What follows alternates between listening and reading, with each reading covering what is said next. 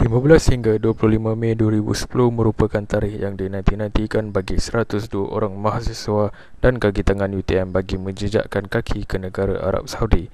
Idea ini dicetuskan oleh Yang Berbahagia Naib Chancellor UTM, Profesor Datuk Zaini Ujang kepada Pusat Islam menerusi Timbalan Pengarah Pusat Islam UTM Yang Berbahagia Dr. Muhammad Ismail Mustari untuk membawa 100 orang mahasiswa UTM ke Arab Saudi. Baru-baru ni saya dimaklumkan student kita 95 orang pergi ke Mekah dan Madinah.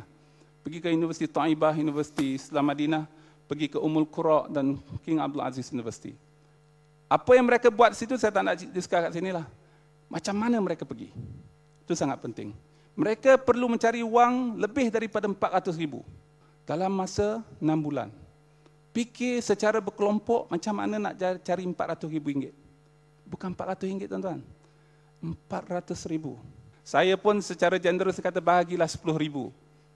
Cukup. Ya, yang lain tu cari sendiri.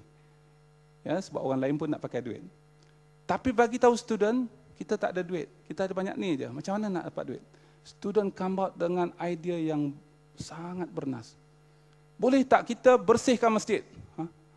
Ustaz Ismail terpaksa fikir, bersihkan masjid boleh dapat duit ke?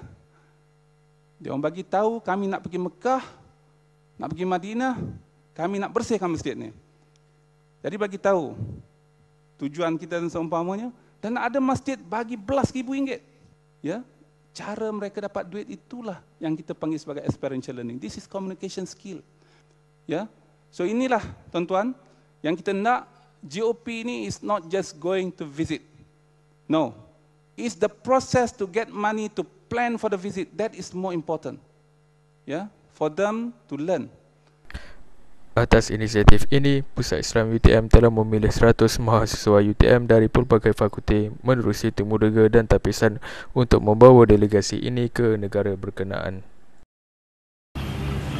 Dalam program ini kita laksanakan pada peringkat awalnya Pusat Islam telah mengumpulkan pelajar-pelajar daripada pelbagai fakulti. Apabila pelajar-pelajar telah dikumpulkan, maka pemilihan jawatankuasa telah dilakukan, yang mana pemilihan jawatankuasa ini dilakukan secara syura. Jadi pelajar-pelajar ni memilih pengarah dan juga ahli jawatankuasa yang mereka rasakan sesuai untuk delegasi ini dan menggerakkan program-program yang ada.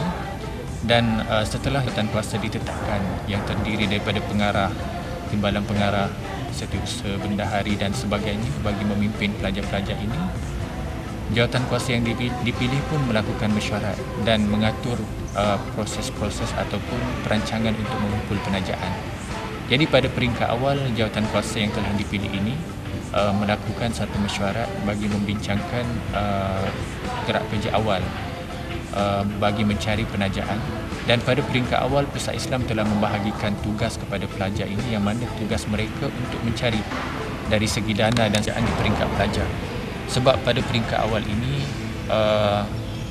staf dan juga kaki tangan Pusat Islam dan juga pelajar-pelajar perlu mengaturkan proses mencari penajaan mereka sendiri. Di peringkat Pusat Islam mencari penajaan peringkat pusat Islam untuk membantu pelajar, dan di peringkat pelajar pun perlu mengatur perancangan bagaimana untuk mendapatkan dana penajaan.